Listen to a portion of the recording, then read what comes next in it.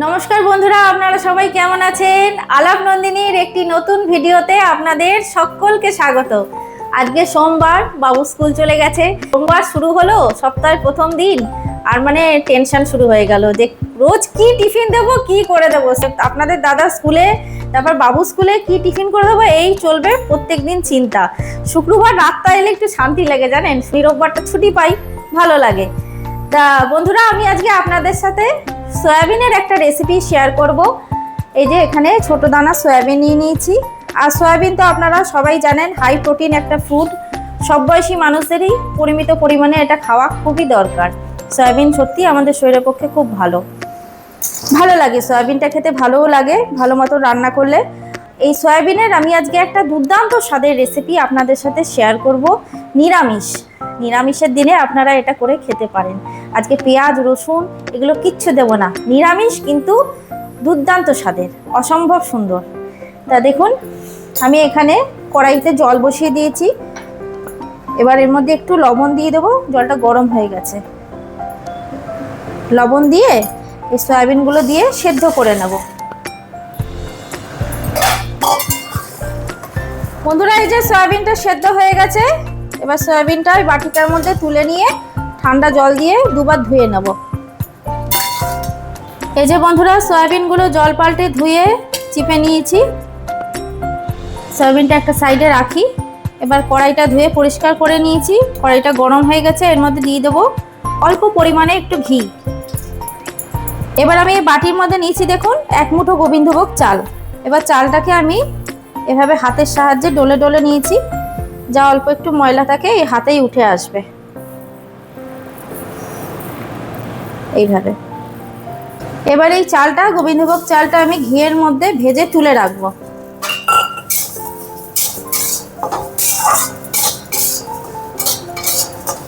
হালকা করে ভেজে নেব। গোবিন্দভোগ চাল দিয়ে বন্ধুরা এইভাবে একবার সয়াবিনটা রান্না করে খেয়ে দেখবেন।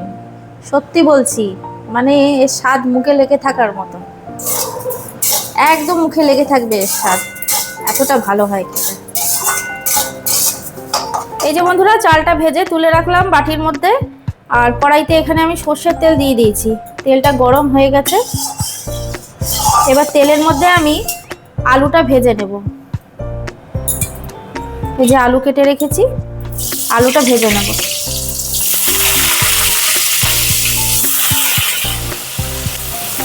আলু না দিলে তো একদম রান্না সম্পূর্ণ হবে না। আলু মাস্ট। আবার প্রত্যেকটা রান্নায় বন্ধুরা আমি দেখবেন আলু দিই, আলু ছাড়া চলেই না আমার ঘরে।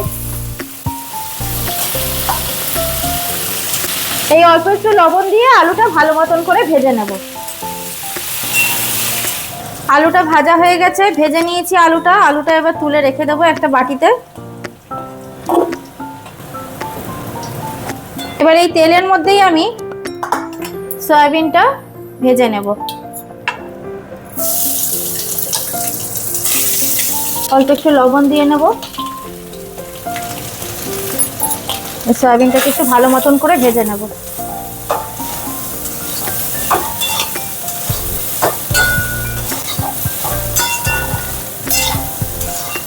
বন্ধুরা, সয়াবিন আলু তো ভাজা হয়ে গেল। কড়াইটা ধুয়ে আমি এর মধ্যে সর্ষের তেল দিয়ে দিয়েছি। তেলটা একটু গরম হোক। সেদ্ধ সয়াবিন একেবারে রান্নায় ডাইরেক্ট দেওয়ার থেকে একটু ভেজে নিয়ে যদি দেওয়া হয় ভালো হয় রান্নাটা। তেলটা গরম হয়ে গেছে দেখুন। এবার আমি দেবো একটা গোটা তেজপাতা, 2টো দারচিনি, 3টে এলাচ, এই যে 4টে লবঙ্গ, 2টো শুকনো লঙ্কা আর গোটা জিরে। এগুলো আমি ফোড়নে দিলাম। বন্ধুরা, ফোড়নটা দেখুন ভাজা হয়ে গেছে। এবার আমি দিয়ে দেবো এর মধ্যে এই যে গ্রেট করে রাখা আদাটা কিন্তু আমি বাটিনি, গ্রেট করে রেখেছি। এই গ্রেট করে রাখা আদাটা দিয়ে দেবো। আর দিয়ে দেবো কটা চেরা কাঁচা লঙ্কা। লঙ্কা বেটে দেবো না, আজকে চিড়েই দেবো তরকারিতে লঙ্কা। এবার আদাটাকে একটু ভেজে নিই। আদাটা ভাজা হয়ে গেছে। এবার আমি দিয়ে দেবো এখানে 2টো ছোট টমেটো আমি কুচিয়ে রেখেছি, টমেটো কুচানো। টমেটোটাকে দিয়েও একটু ভেজে নেব যতক্ষণ না নরম হচ্ছে। টমেটোটা এখানে ভাজা হয়ে গেছে, নরম হয়ে গেছে টমেটোটা। এবার আমি বাটির মধ্যে কিছু মশলা নিয়েছি দেখুন। জিরে গুঁড়ো, ধনে গুঁড়ো, লাল কাশ্মীরি লঙ্কার গুঁড়ো, হলুদ আর লবণ। এবার এটা আমি জল দিয়ে গুলে নেব। সমস্ত মশলা জল দিয়ে গুলে নেব। আর টমেটো ভালো মতো না রান্না হলে রান্নার কিন্তু সেরকম স্বাদ আসে না, দেখবেন। টমেটোটা ভালো মতন করে গললে, ভালো মতন করে রান্না হলেই কিন্তু সেই রান্নার স্বাদটা ভালো হয় আর রঙটাও ভালো হয়। এবার এই মশলাটা আমি দিয়ে দেবো এর মধ্যে। এবার এই মশলাটাকেও ভালো মতন করে কষিয়ে নেব।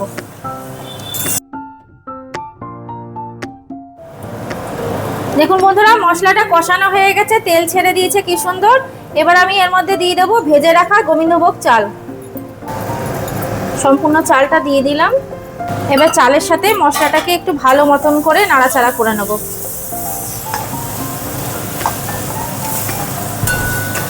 এবার দিয়ে দেবো এর মধ্যে মিষ্টি। বন্ধুরা, চিনি দিলাম আমি। চিনি দিয়ে একটু নাড়াচাড়া করে নেব। নাড়াচাড়া করে নিয়ে এবার দিয়ে দেবো এর মধ্যে ভেজে রাখা সয়াবিন আর আলুটা।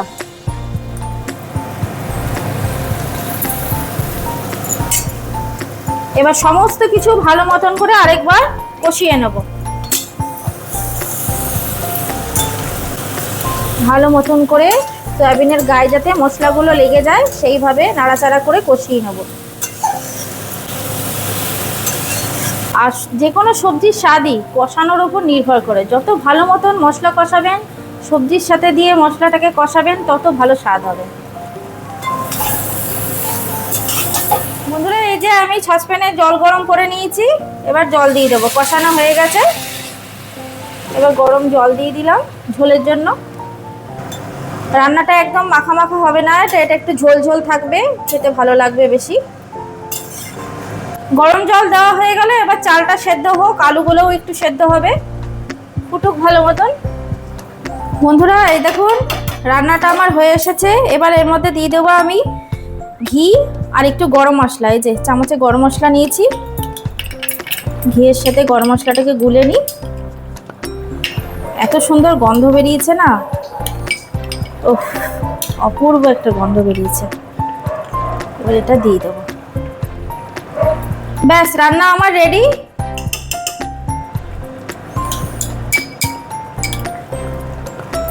এবার গ্যাসের ফ্লেমটা অফ করে দিই।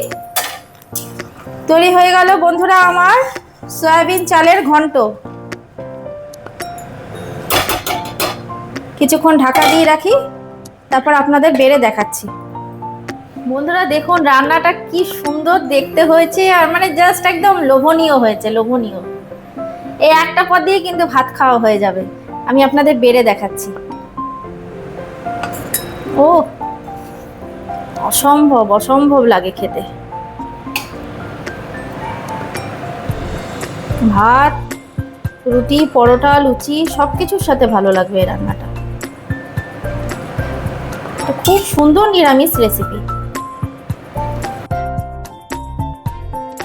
বন্ধুরা, তাহলে কেমন লাগলো আমার সয়াবিন চালের ঘন্টের রেসিপিটা? এইভাবে কিন্তু একবার বানিয়ে খেয়ে দেখবেন, খুব ভালো লাগে খেতে। তাহলে বন্ধুরা, আজকের ভিডিওটা এখানেই রাখছি। দেখা হচ্ছে আবার পরের একটি নতুন ভিডিওতে। আর আমার ভিডিওগুলো যদি ভালো লাগে তাহলে একটা লাইক শেয়ার করে দেবেন। আর যারা নতুন বন্ধু চ্যানেলটিকে এখনো সাবস্ক্রাইব করেননি, তারা প্লিজ প্লিজ একটু সাবস্ক্রাইব করে পাশে থাকবেন। আমিও আপনাদের পাশে থাকবো। সবাই সুস্থ থাকবেন, ভালো থাকবেন, আনন্দে থাকবেন।